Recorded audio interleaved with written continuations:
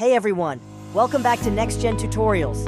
In today's video, I'll show you a super easy way to edit photos and remove unwanted objects using sandpedit.app in just a few clicks.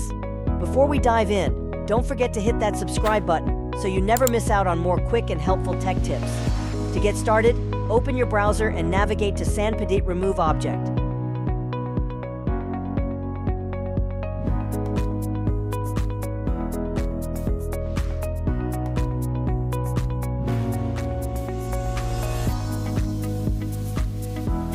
Click Upload Image and choose the photo you want to edit.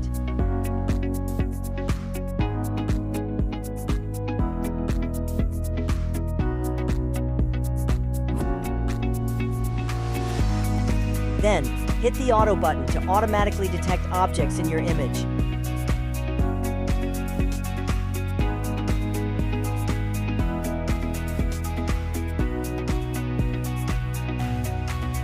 Select the objects you want to remove.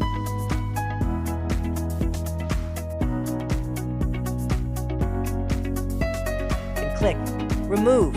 It's that easy.